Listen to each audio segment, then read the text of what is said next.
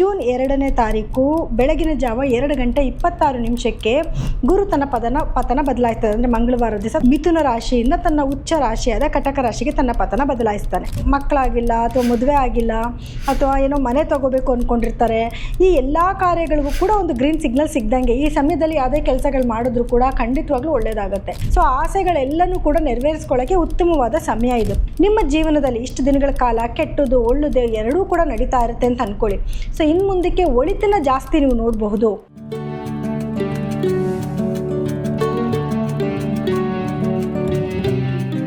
ಜ್ಞಾನಾನಂದಮಯಂ ದೇವಂ ನಿರ್ಮಲಂ ಸ್ಫಟಿಕಾಕೃತಿಂ ಆಧಾರಂ ಸರ್ವ ವಿದ್ಯಾನಾಂ ಹಯಗ್ರೀವ ಉಪಾಸ್ಮಹೆ.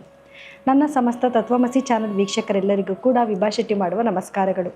ಇವತ್ತಿನ ವಿಶೇಷವಾದ ಕಾರ್ಯಕ್ರಮಕ್ಕೆ ತಮಗೆಲ್ಲರಿಗೂ ಸ್ವಾಗತ.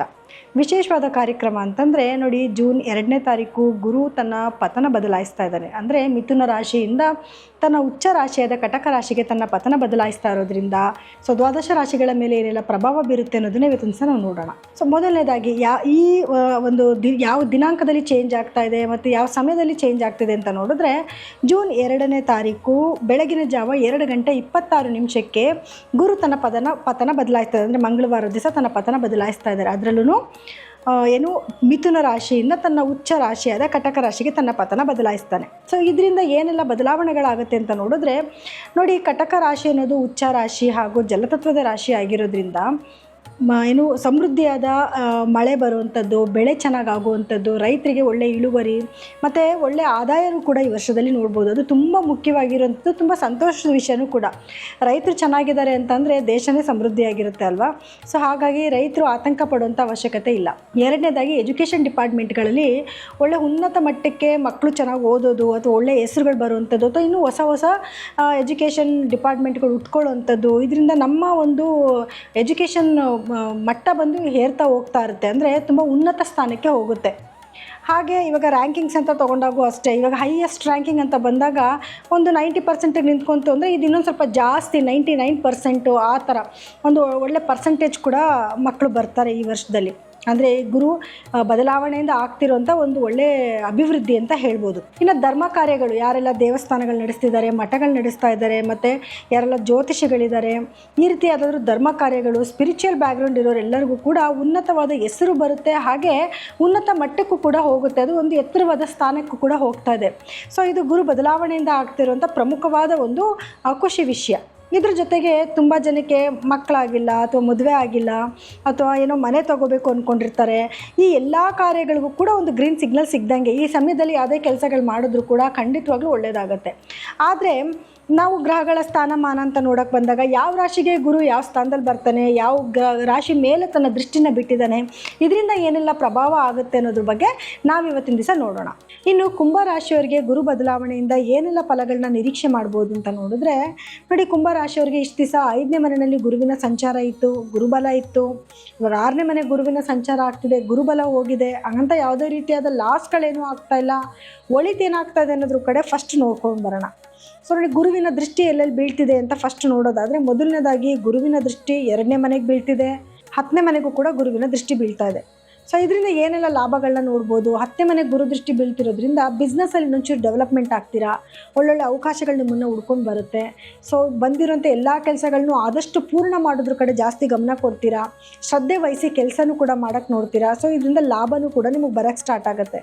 ಸೊ 12ರಲ್ಲಿ ನಿಮಗೆ ಗುರುವಿನ ದೃಷ್ಟಿ ಬೀಳ್ತಾ ಇದೆ. ಸೊ ಹಾಗಾಗಿ ನಿಮಗೆ ಏನಾದರೂ ಔಟ್ ಆಫ್ ಕಂಟ್ರೀಸ್ಗೆ ಹೋಗಬೇಕು ಅಂದ್ಕೊಂಡಿರೋರಿಗೆ, ಸ್ಟಡೀಸ್ ಪರ್ಪಸ್ಗಾಗಿರ್ಬೋದು, ಅಥವಾ ಆಲ್ರೆಡಿ ವರ್ಕ್ ಮಾಡ್ತಿರೋರಿಗೆ, ಅಂದರೆ ಔಟ್ ಆಫ್ ಕಂಟ್ರೀಸ್ಗೆ ಇಂಡಿಯಾದಲ್ಲೇ ಇದ್ಕೊಂಡು ವರ್ಕ್ ಮಾಡ್ತಿರೋರಿಗೆ ಪ್ರಮೋಷನ್ಗಳಾಗುವಂಥದ್ದು, ಅಥವಾ ಏನಾದರೂ ನೀವು ಬೇರೆ ದೇಶಕ್ಕೆ ಹೋಗಲೇಬೇಕು ಅನ್ನೋಂಥ ಒಂದು ಅವಕಾಶಗಳು ಕೂಡ ನಿಮಗೆ ಕೂಡಿ ಬರುವಂಥ ಸಾಧ್ಯತೆಗಳಿದೆ.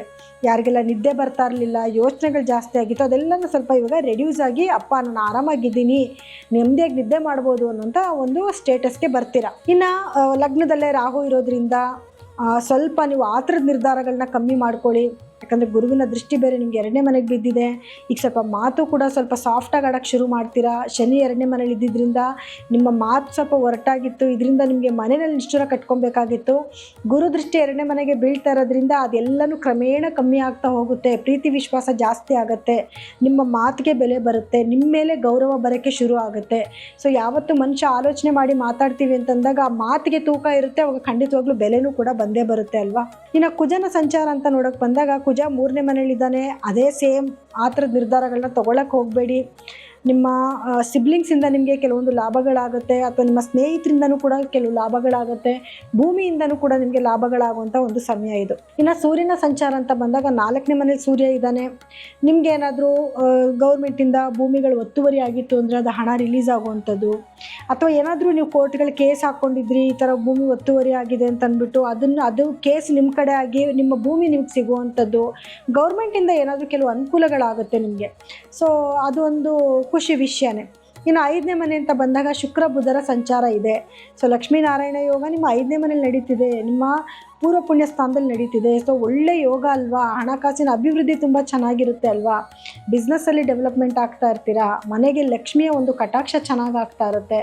ಮಕ್ಕಳ ಆರೋಗ್ಯದಲ್ಲಿ ಏಳಿಗೆಯನ್ನು ನೋಡಬಹುದು, ಮಕ್ಕಳಿಂದ ಏನಾದರೂ ಲಾಭ, ಅಥವಾ ಮಕ್ಕಳಾಗಿಲ್ಲ ಅಂತ ಅನ್ನೋರಿಗೆ ಮಕ್ಕಳಾಗುವಂಥ ಯೋಗ ಕೂಡ ಕೂಡಿಬರುತ್ತೆ.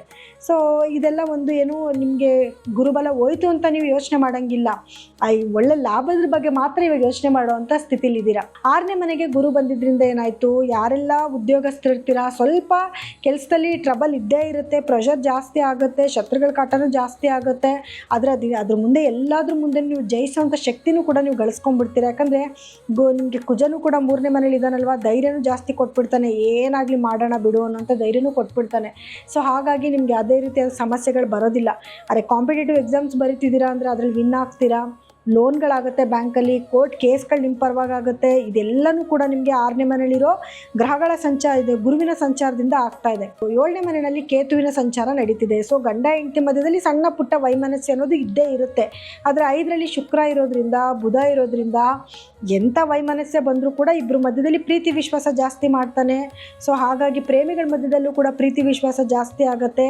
ಏನೇ ವೈಮನಸ್ಸೆಗಳು ಬಂದರೂ ಕೂಡ ಜಾಸ್ತಿ ಯೋಚನೆ ಮಾಡುವಂಥದ್ದಿಲ್ಲ, ಯಾವುದು ಕೂಡ ದೊಡ್ಡ ಲೆವೆಲಲ್ಲಿ ಹೋಗಿ ಇನ್ನೇನು ನೆಗೆಟಿವಿಟಿ ಅಂತೂ ಖಂಡಿತವಾಗ್ಲೂ ಆಗೋದಿಲ್ಲ. ಇನ್ನು ಚಂದ್ರ ನಿಮಗೆ 11ನೇ ಮನೇಲಿರೋದ್ರಿಂದ ನೀವೇನಾದರೂ ಏನು ವಾಟರ್ ರಿಲೇಟೆಡ್ ಬಿಸ್ನೆಸ್ ಆಗಿರ್ಬೋದು, ಹೋಟೆಲ್ಸ್ ಆಗಿರ್ಬೋದು, ಅಥವಾ ಏನಾದರೂ ಆ್ಯಕ್ಟಿಂಗ್ ಫೀಲ್ಡಲ್ಲಾದರೂ ವರ್ಕ್ ಮಾಡ್ತಾಯಿದ್ರೆ ಖಂಡಿತವಾಗ್ಲೂ ಯಶಸ್ಸು ಜಾಸ್ತಿ ಆಗುತ್ತೆ. ಮತ್ತು ಪ್ರತಿದಿನವೂ ದುಡ್ಡನ್ನು ನೋಡಬಹುದು. 11ರಲ್ಲಿ ನಿಮಗೆ ಚಂದ್ರ ಇರೋದ್ರಿಂದ ಎವ್ರಿ ಡೇ ಹಣ ನೋಡುವಂಥದ್ದು, ಮಾಡಿದ ಎಲ್ಲ ಕೆಲಸಗಳಿಗೂ ಕೂಡ ಲಾಭ ಬರುವಂಥ ಒಂದು ಟೈಮ್ ಆಗಿರುತ್ತೆ. ಸೊ ಹಾಗಾಗಿ ಕುಂಭರಾಶಿಯವರಿಗೆ ಎಲ್ಲ ರೀತಿಯಾದ ಒಂದು ಶುಭ ಸುದ್ದಿಗಳನ್ನ ನೀವು ಕೇಳಿಸ್ಕೊಂಡ್ರಿ. ಇನ್ನು ಸಣ್ಣ ಪುಟ್ಟ ಪರಿಹಾರಗಳು, ಚಿಕ್ಕ ಕೆಲವೊಂದು ನೆಗೆಟಿವ್ ಕೂಡ ಇದೆ ಅಲ್ವಾ, ಅದಕ್ಕೇನು ಪರಿಹಾರ ಮಾಡ್ಕೋಬೇಕು ಅಂತಂದರೆ, ಮೊದಲನೇದಾಗಿ ನೀವು ಪ್ರತಿದಿನ ಗುರುವಿನ ಮಂತ್ರನ ಪಠನೆ ಮಾಡಬೇಕಾಗಿ ಬರುತ್ತೆ. ನಾನು ಅದನ್ನು ಲಾಸ್ಟಲ್ಲಿ ಹೇಳ್ತೀನಿ. ಆ ಮಂತ್ರನ ಪ್ರತಿಯೊಬ್ಬರು ಕೂಡ ಪಠನೆ ಮಾಡ್ಕೊಳ್ಳಿ. ಜೊತೆಗೆ ಪ್ರತಿ ಗುರುವಾರದ ದಿವಸ ಗುರುಗಳ ದೇವಸ್ಥಾನಕ್ಕೆ ಹೋಗಿ, ಹಾಗೆ ಹಳದಿ ಬಣ್ಣದ ವಸ್ತ್ರಗಳನ್ನ ದಾನ ಮಾಡಿ, ಮತ್ತು ಹಳದಿ ಬಣ್ಣದ ಸಿಹಿ ಪದಾರ್ಥಗಳನ್ನ ಕೂಡ ದಾನ ಮಾಡುವಂಥದ್ದು.